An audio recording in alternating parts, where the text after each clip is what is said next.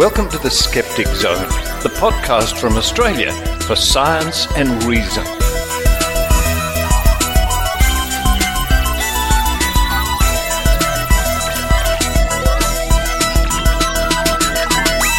Yes, it's the Skeptic Zone podcast, episode number 523 for the 28th of October 2018. Richard Saunders here with you from Sydney, Australia. And I don't know if the microphone can pick it up, but the birds are chirping outside. This time of the year, spring coming, or summer coming, or something like that, all sorts of birds start to chirp outside the Skeptic Zone window, even at 4 o'clock in the morning sometimes. Coming up on this week's show, lots of interviews and reports from Skepticon. A couple of weeks ago here in Sydney, Australia, the Australian Skeptics National Convention. We're going to kick off with, well, running around with microphones. I chat to Mandy-Lee Noble, one of our reporters. Another one of our reporters, Heidi Robertson, the raw skeptic. The Guerrilla Skepticism on Wikipedia team, who are at the convention. And Dr. Sue Blackmore, one of the presenters. All very informal. All these people were sort of in the foyer of the convention, chatting to people, having a cup of tea, that sort of thing, which was a nice time to catch up with them. Following that, a report from Australian Skeptics, or a plea or a message, how you can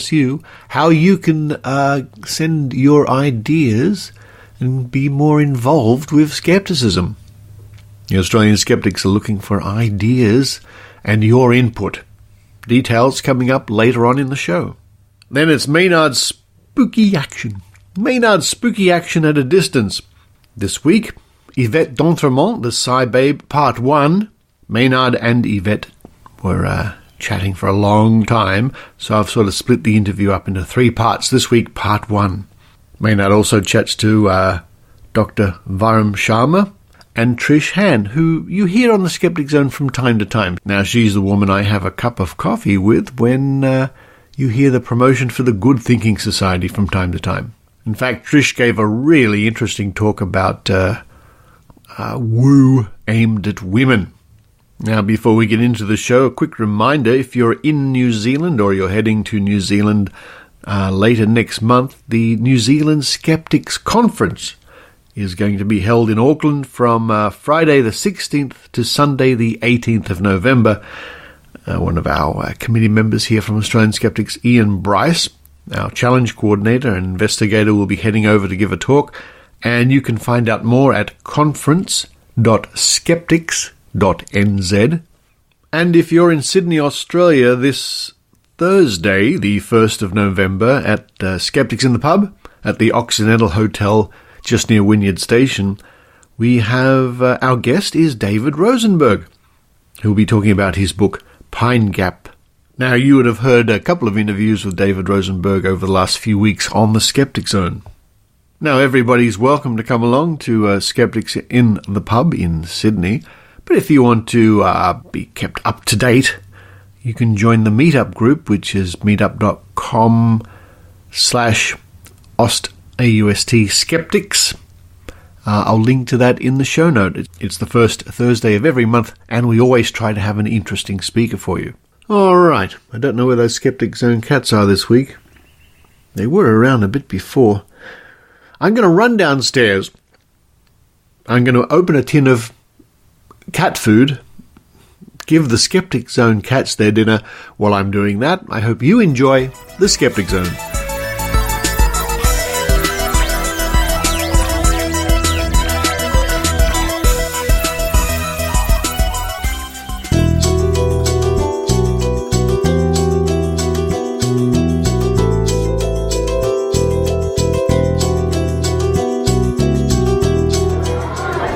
Walking out into the foyer here with Maynard. Lots of people here. Maynard, it looks pretty good. Look, everyone's really busy. Lots of people are trying and get a bargain at one of the stalls. So there are a lot of people buying a gourd. It's always good to get a gourd. A skeptical gourd. Oh, in Life of Brian, they was buying a gourd. Oh, yes, remember? Of course.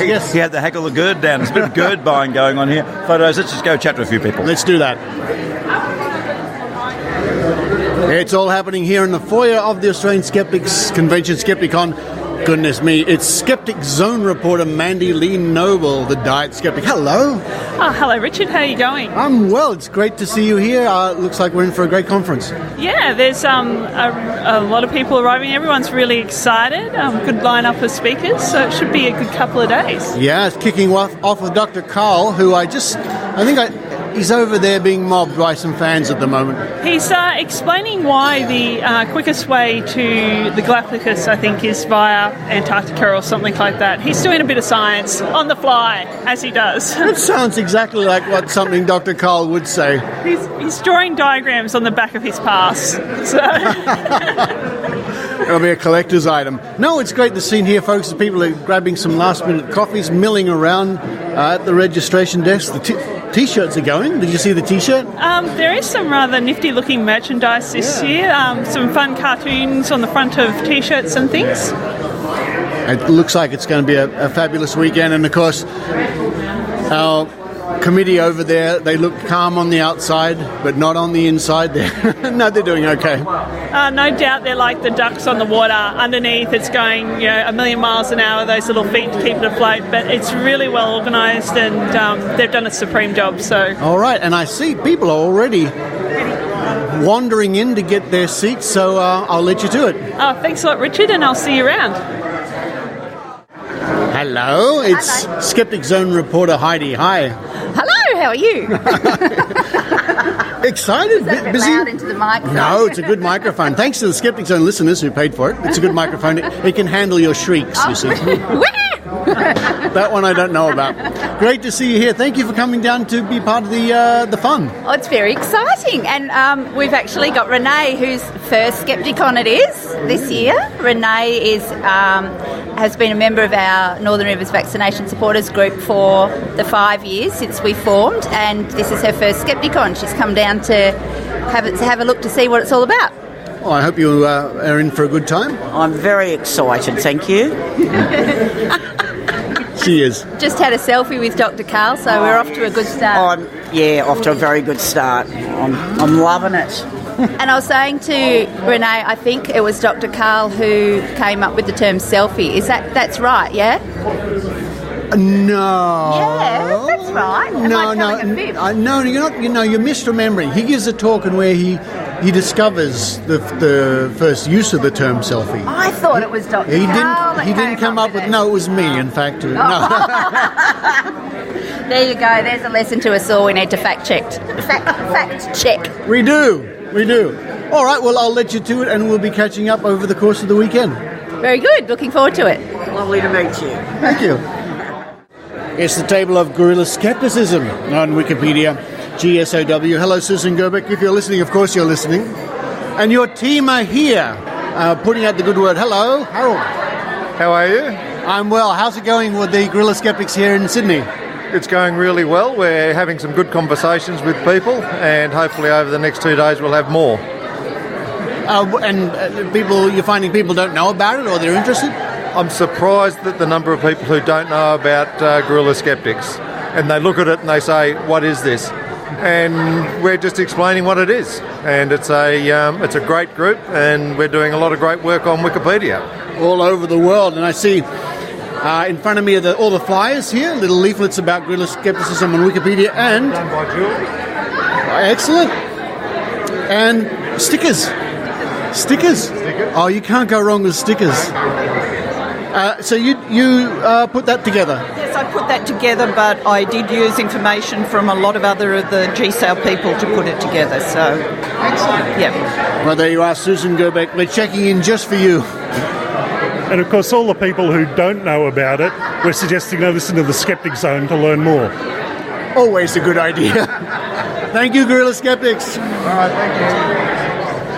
Great, I'm going to take a sticker. Please do.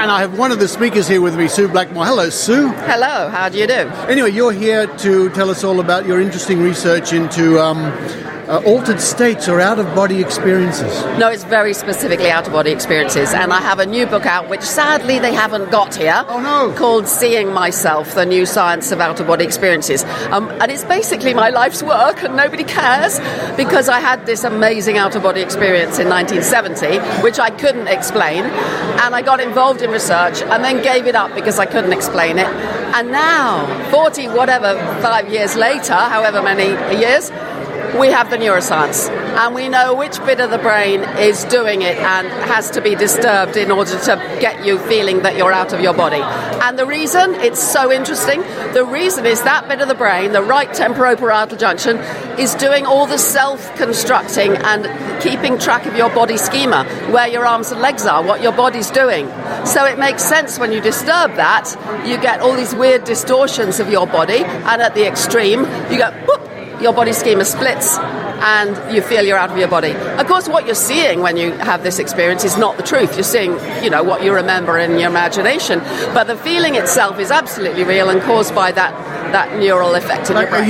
Euphoria and flying and all that sort of stuff? Yeah. Because what your brain's doing is trying to get back to normal. It's trying to integrate the information from your eyes and ears and your movement of your legs and your arms and get them all together to make a sensible body, self-representation, and it goes wrong. So it's struggling all the time. So you're flying and, and whizzing around and kind of trying to get back together again. Or else, if you can relax, you could just have fun and enjoy it.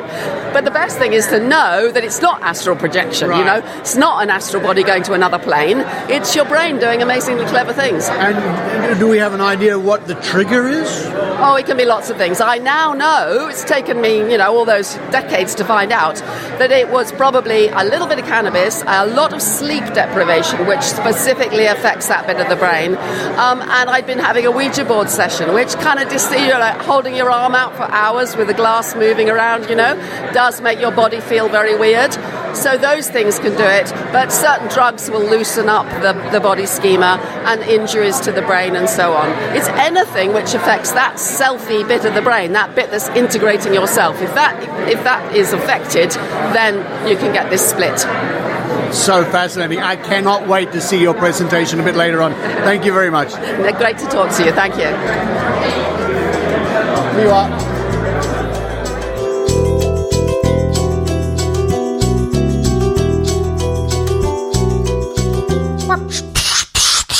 This is NASA. I see a flat Earth, but we should lie to everybody about it and say it's round. 10-4. Maximum Fun brings you the latest podcast, an expose on the flat Earth.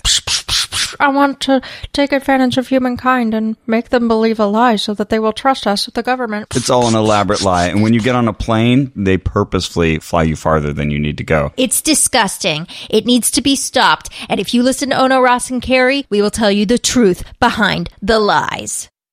Just kidding. No, we won't do that. We will just tell you the truth behind the truth, because what we do is we look at extraordinary claims. That's right. We've gone undercover with alternative medical treatments, fringe religious groups, fringe science claims, spiritual, paranormal. We're there to check it out and let you know what happens. Is the Queen Mary haunted? I don't know. Find out. We show up, we make friends, we learn what happens when you ask questions, and we tell you all about it. And we get all that funky stuff done to us. It's Ono, Ross, and Carrie at MaximumFun.org.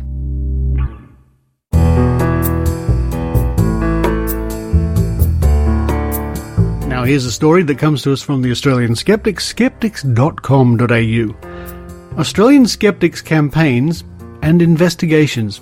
Have your say. By Tim Mendham, published on the 1st of October 2018.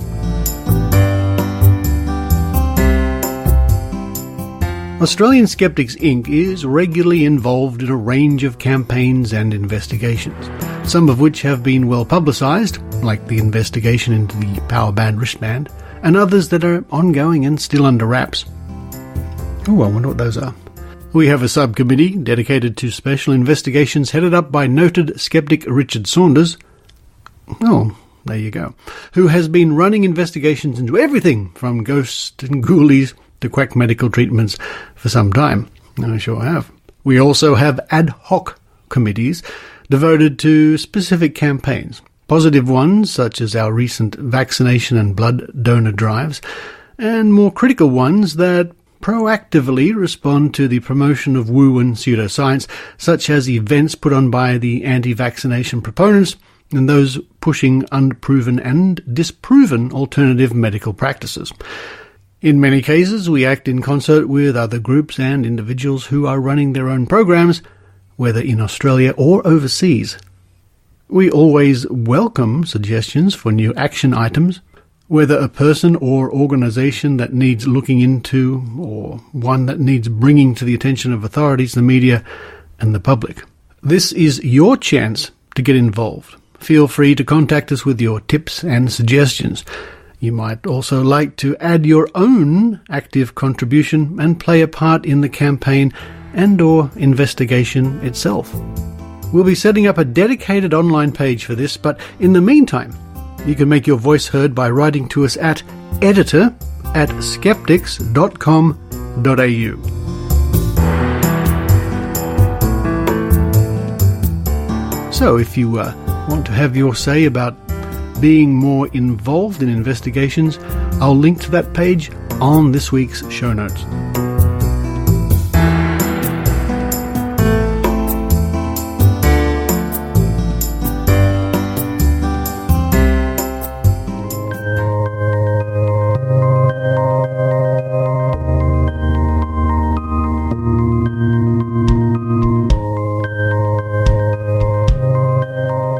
Dr. Harriet Hall, MD, known to thousands as the Skepdoc, a retired family physician and former Air Force flight surgeon.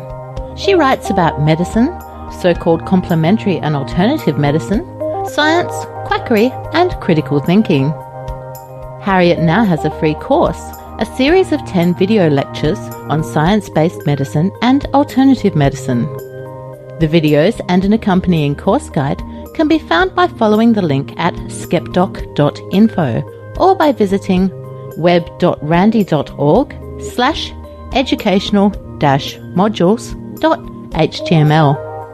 Topics covered in the series are science-based medicine versus evidence-based medicine, what is CAM, chiropractic, acupuncture, homeopathy, naturopathy and herbal medicine, energy medicine, miscellaneous alternatives, pitfalls in research, and science-based medicine in the media and politics.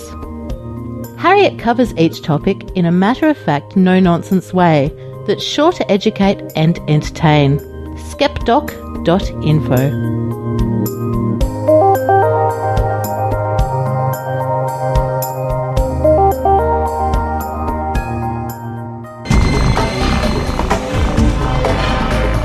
Here's Maynard's spooky action at a distance. Well, a lot of excitement, a lot of things going on here. It's still early in the conference. Of course, there's been no major anger. None of that's actually gone on yet, but it could happen. And someone who's scouting out the situation today is the SciBabe. Or, how do you say his surname? It's D'Entremont. We're close. It's Yvette D'Entremont, and correct pronunciation on the SciBabe, but I don't think that was our concern. And thank you for having me here at Australian Skeptics Conference. It's very exciting. When were you here last? I was last in Australia about 2 years ago for National Science Week, and I had such a wonderful time. I didn't get to Sydney last time, though. I was mainly in Melbourne, and I missed the coffee here so much. Yes, well, that's something we can. I'm not a really. I have bag coffee in the morning. I know. I just throw that in the way I go. And what's so great about it here? It's just, Starbucks over roast their beans so much, and we're used to burnt coffee. And when you over roast, you get rid of all those wonderful subtle notes, and all you get is really this burnt flavor, and it's kind of a bit of an acrylamide flavor, which that's a carcinogen, people. Your coffee has a carcinogen in it. So how did they get into the habit of doing that in the first place, generally in America?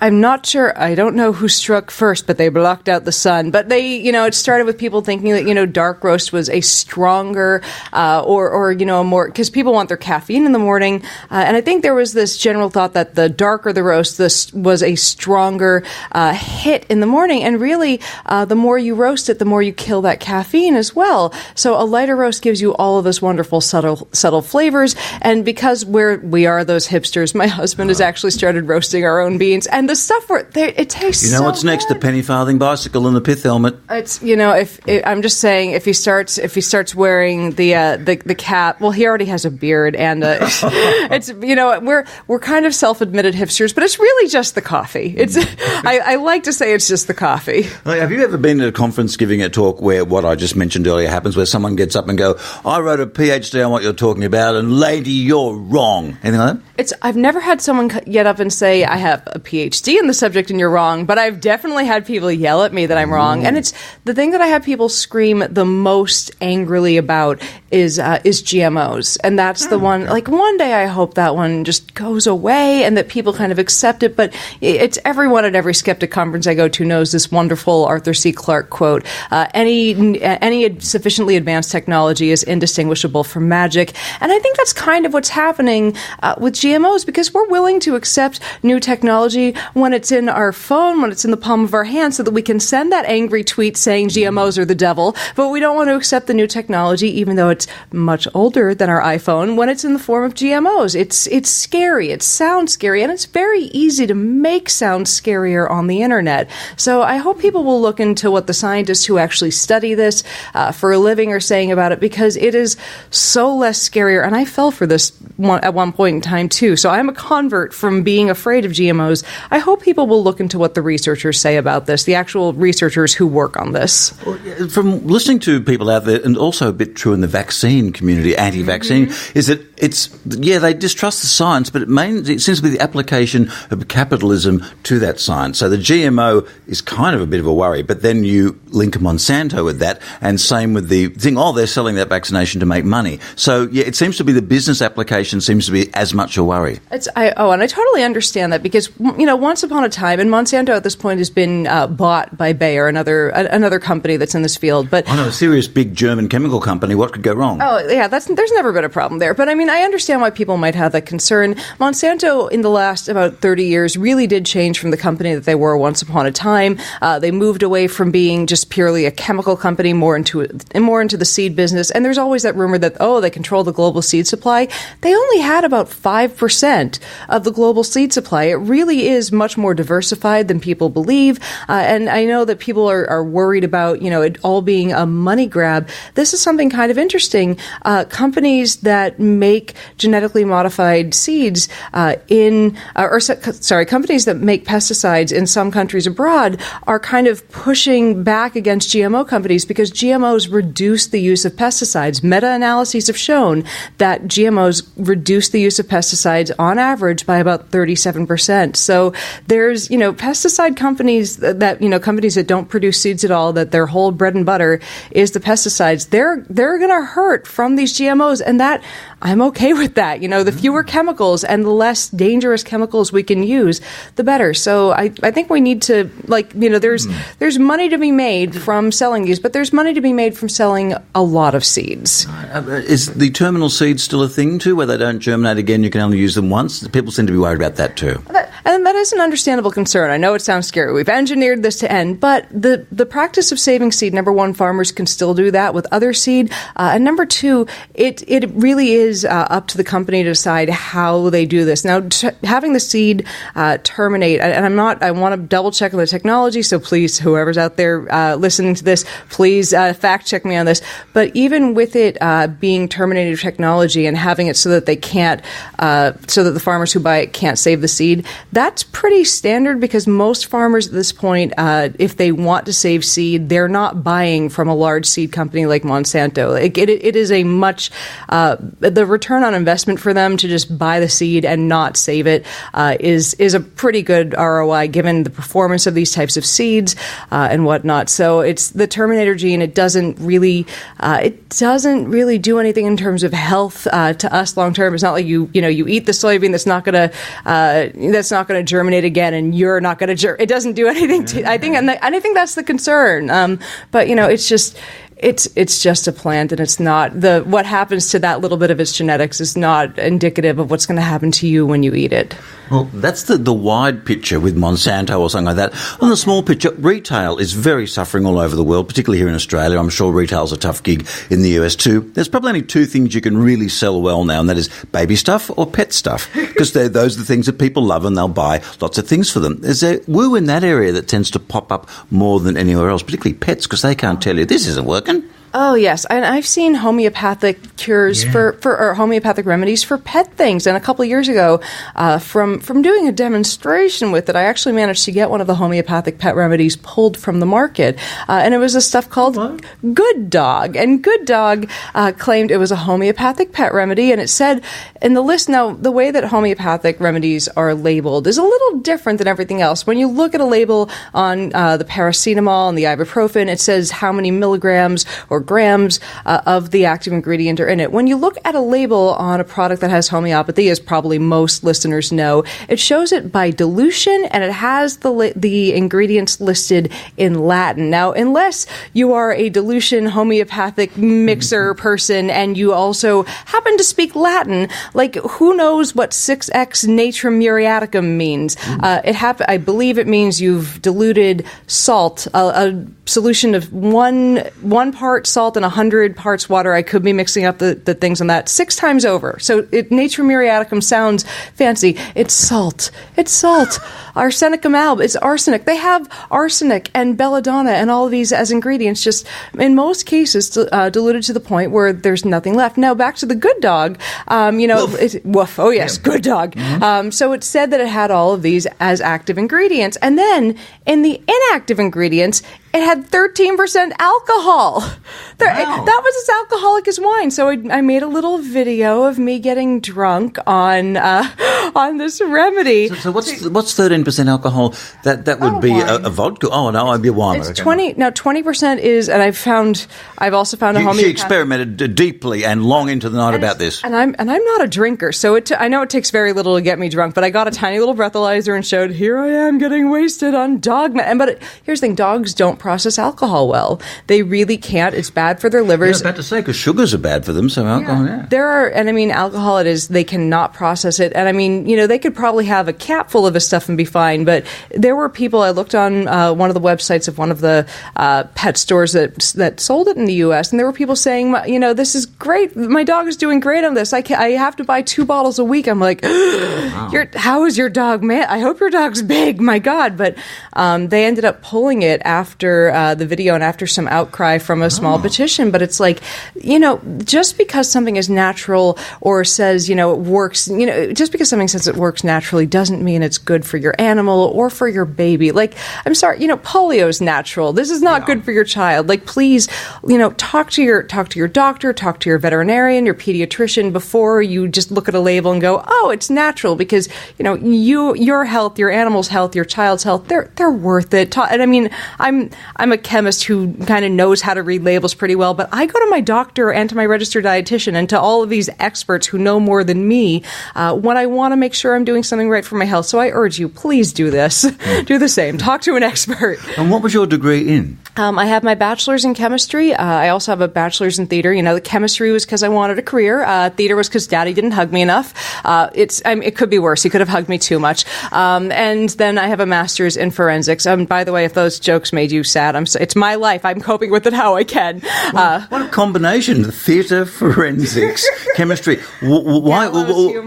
Gallows humor all around. Why aren't you on CHI Los Angeles or something with that resume? Because I would scream every time they go, enhance. Like, no, that's not. We don't have enhance in the lab. I love how they can read someone's reflection on a bolt on an aircraft. Yeah. Oh yeah, that's totally how it. No, I had one of the craziest things from that, because after I'd had my degree and had worked in the field a little bit, I had a roommate who said to me, and she worked in, I think she was a junior high history teacher, and no offense to junior high history teachers, but I'm just saying I might know a little bit more about forensics than she does. She's like, I have a friend who works in Los Angeles, and she says that they have people who have degrees in this who really consult on these shows. I'm like, and I have a master's in this, and I'm telling you, they just contaminated the crime scene. Okay, Yeah, 'cause they come in, they walk around, they aren't wearing the little booties like that. Yeah, all that sort of stuff going on. Oh yeah, and I mean there is really some atrocious stuff that happens on these shows. So if you watch these shows and think, oh yeah, I could handle a crime scene, no, you couldn't. Like I always like it when they pick the gun up with the pencil and they don't check to see if the safety's on. Because the pencil could fire the gun. Yeah, there's so much there's just so much bad that happens there, and there are a couple of things that we have to remember that are some guiding principles in forensics. And number one is Lockhardt's principle, and that's every contact leaves a trace.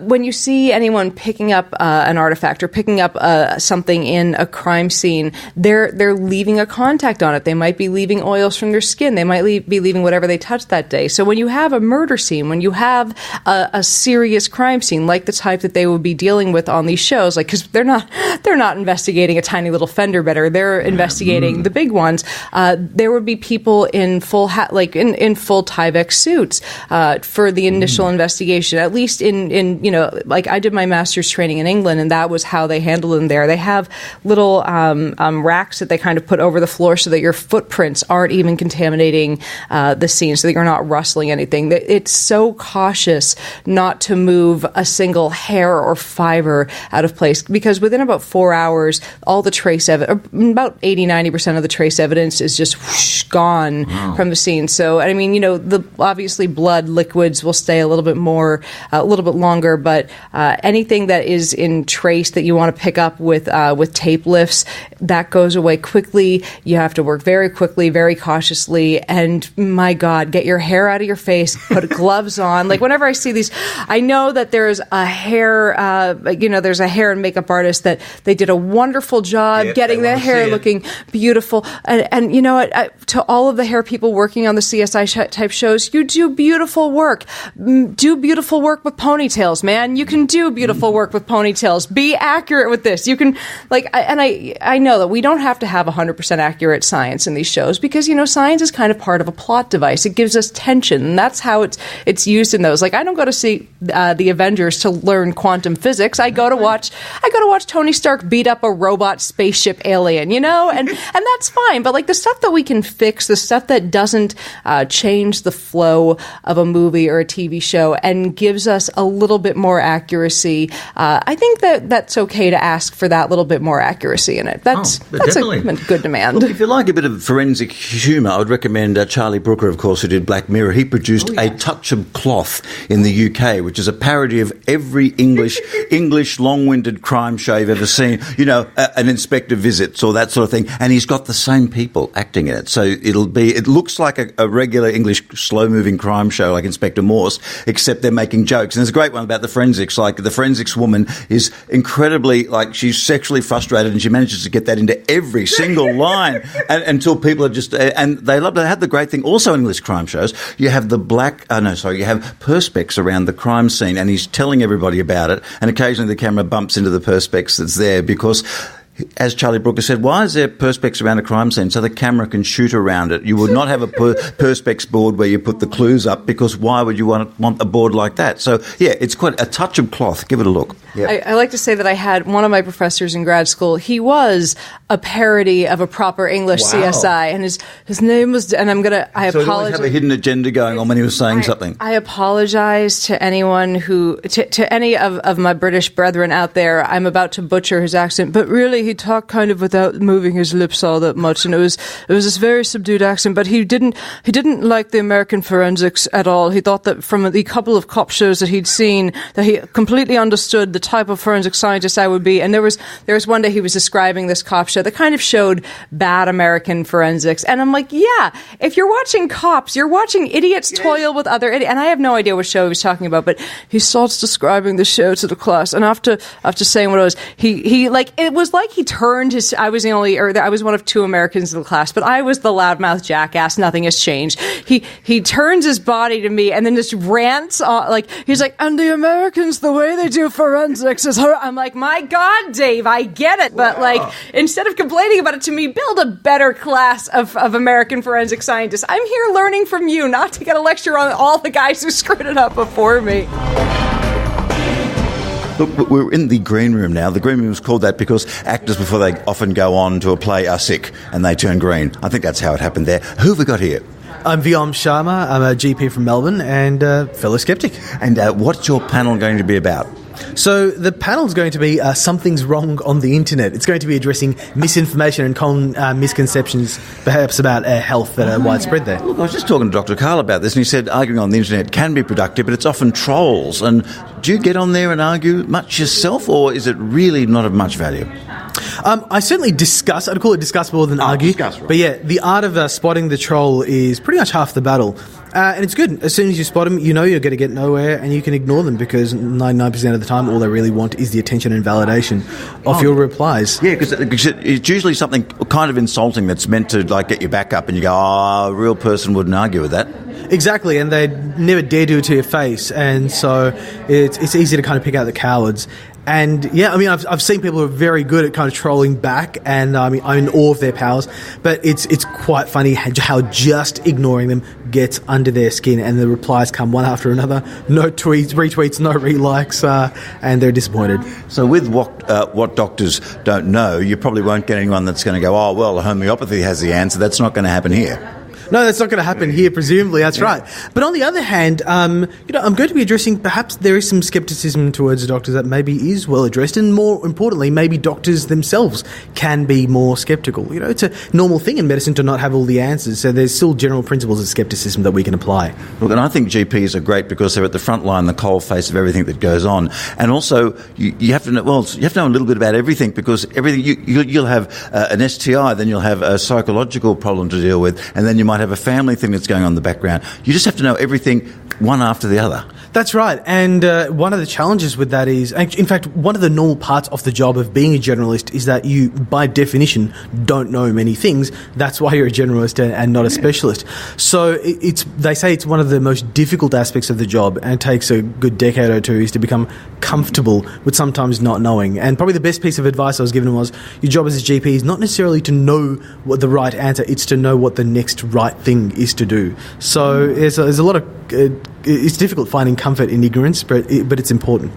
And how do you do with the time constraints as well? Because sometimes you might have maybe as much as half an hour with someone tops, and you've got to solve some difficult stuff in that time. It's so funny you said half an hour, because to me that's an eon. Normally it's 15 minutes, but an extended one, which I have had with some GPs, has been that long. That's right, and I mean they're some of the most satisfying consultations, some of the longest ones. Yeah. In fact, when I do those longer consultations, it really reminds me of what we're losing out in medicine, what patients are losing out on as well. So much kind of rapport, trust building.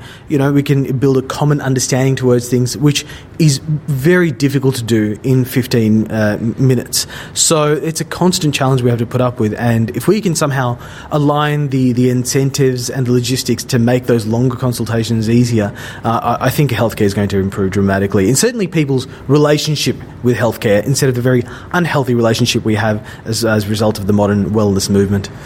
Oh yeah, and do you get many people who want you to sign something about them not to get vaccinated? Does that happen with people in your area? Okay, fortunately, I happen to be practicing in a particularly well-educated area, so I'm often dealing with the opposite end, which is people who are very kind of health anxious and have really looked things up, and I've usually done a pretty good job of them. However, when I have practiced in other areas, I have had a couple of parents who kind of come up to me and ask me to sign things, and it's always a tough consultation. Yeah. Right. And is it mainly they're suspicious of the science, or it's on religious grounds they want the exemption for? I've had a bit of both, actually. They've been suspicious of the science, and I think in there I'm partly sympathetic, because at the end of the day they want the same thing I want and everyone else wants, the best outcome for their child. And so there is a common ground there that we can kind of start off on. And I've certainly had patients who've come to me who've said in the past, look, I've refused vaccines for me and my child before, now I want to get vaccinated. So it just, I think, goes to show that you can make up for lost ground sometimes. My dad's 90, and his advice to me, his two hobbies are going to Aldi and going to the GP. Loves it. Loves doctors. He loves doctors because they listen to him. They're paid to listen to him. Right. And his thing is, he said, son, when you go there, you've got to make a list of what you're going to do and follow that list. Now, is that a good idea with a GP, or does that maybe stop you thinking of other things that might be useful? Well, in terms of a list of problems to discuss with the GP, generally speaking, that's actually a very good idea. However, usually what will happen with an experienced GP is at the beginning of the consultation, they'll help you prioritise that list. So, I have no more than 3 things where my dad might have 6, you see. Well, a long list is always going to be an issue, and which is probably why he's a bit of a frequent flyer, which we're happy to see over multiple consultations. That's totally cool.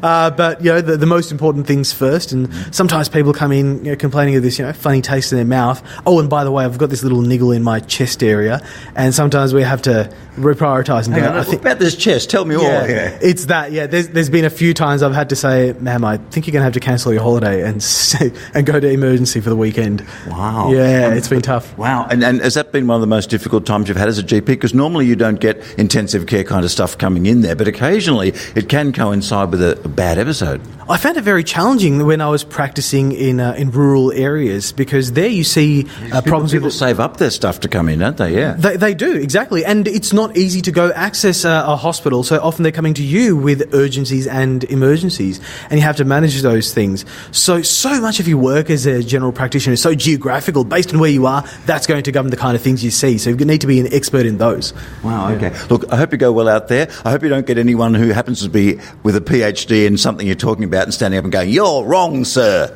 Well, I'm very happy to be corrected. So hopefully it's not as violent a reaction as that, but always happy to be corrected. That's why we're all here, right? Is there a place we can find you online? Yeah, so Twitter's a good place to catch me. So it's at Dr. Vyom, at DRVYOM. That's where I'm posting all my nonsense. Great, thank you. Got to say, and you win the coolest hair prize today, man. That is good. Thank you. It's simple but effective. Yeah. I like it. Hey, I'm glad you appreciate it. Likewise. Hey, look, we've got to talk to you because have I spoken to you because you've had your time on stage in the panel? Like, was it? What was your what did the doctors know? Is that your one? It was someone is wrong on the internet. Oh, okay. Now, we've talked about this, about the whole troll things, that kind of stuff. How did it go? First time on the panel there, did you get any good questions? A few people said people weren't talking to the mic on that panel, but they didn't say who was it. Occasionally people were turning away from the mic. That wasn't you, was it? Yeah, probably. Oh, okay. I'm inexperienced. So were you getting people up pointing at you and telling you were wrong? Did you get any stuff going on like that? No, because we're amongst friends, obviously. This is skeptics. But it was more about other people propagating myths and nonsense on the internet. So see, I always think ignoring trolls seems to be great ideas from talking to the SciBabe and stuff and that, but you would agree with that? But picking which one's trolls and which one just asking dumb questions can be hard. Well, also the idea is necessarily don't confront the troll, but that troll might have an audience which you'll want to address. So you don't want to necessarily tell them that they're wrong, but you want to tell anyone that might be reading what they're writing that they are wrong. Okay. Because the last thing you want is for someone to be informing people incorrectly. Okay. What about in person? I spoke to Dr. Carl earlier, who said the best way to deal with a client tonight at a dinner party is just to go, you're scientifically incorrect, and change the subject. Would you have that strength of character to do that and just leave it? Or would you have to go for the juggler? It depends on the person that you're arguing with. If you think that they might actually change their mind, that'd be worth it. But otherwise, all you're doing is picking a fight. So I'm very much, when it comes to these kind of things, I'm very much non-confrontational. Yeah, that's the way to go there. So the rest of the weekend non-confrontational for you? Well, early days yet. Early days yet, yes. Look, there's a magician at the whole dinner tonight, which I'm hosting, so don't make a scene. Don't get up and point. That's not real magic. That's just a trick. Don't do that, okay? I want to look up his sleeves. Okay.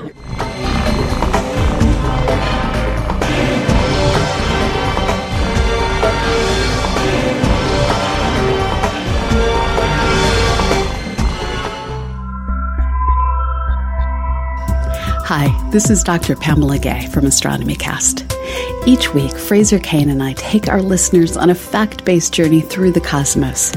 With our weekly podcast, we explain not just what we know, but how we know what we know about this universe that we share.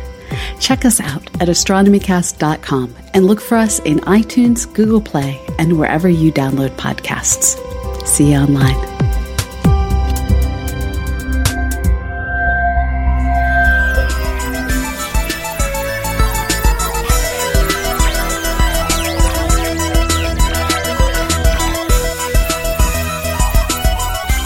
Thank you for listening to The Skeptic Zone. Coming up on next week's show, part 2 of Maynard's interview with Yvette d'Entremont.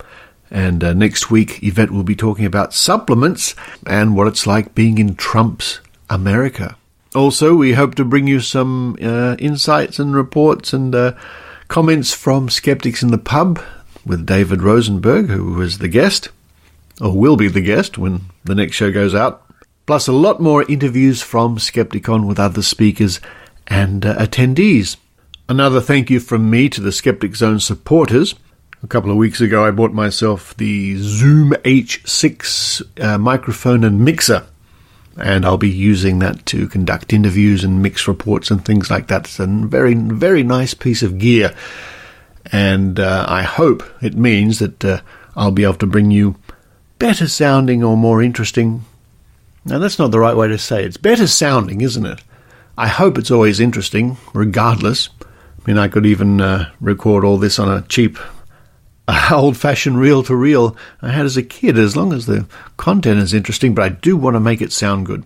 But anyway, thank you very much for all those people who contribute to the show financially, and the best way to do that is to head to skepticzone.tv and click the Patreon link, and your $5, for example, a month goes a very long way here at the Skeptic Zone, and some people even contribute more, $10 or $20. There's various packages available. If you're for example, a $10 a month contributor, I send you out a little parcel of goodies and so on. But anyway, if you've never contributed to the Skeptic Zone before, chipped in, please consider doing that. It helps keep the show going. Oh, and by the way, yes, the Skeptic Zone cats really did like their dinner after all. I wonder if they want some more. But for this week, this is Richard Saunders signing off from Sydney, Australia. You've been listening to the Skeptic Zone podcast. Please visit our website at www.skepticzone.tv for show notes, contacts, and to access the back catalogue of episodes going back to 2008. You can follow the Skeptic Zone podcast on Twitter at Skeptic Zone, visit our Facebook page, or leave a review on iTunes. You can also support the Skeptic Zone via Patreon or PayPal. The Skeptic Zone podcast is an independent production. The views and opinions expressed on the Skeptic Zone are not necessarily those of Australian skeptics or any other skeptical organisation.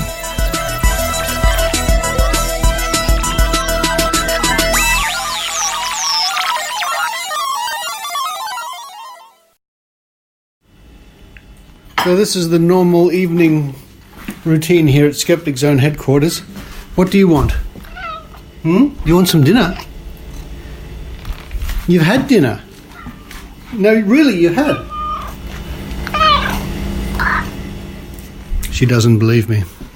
I was there, you had dinner.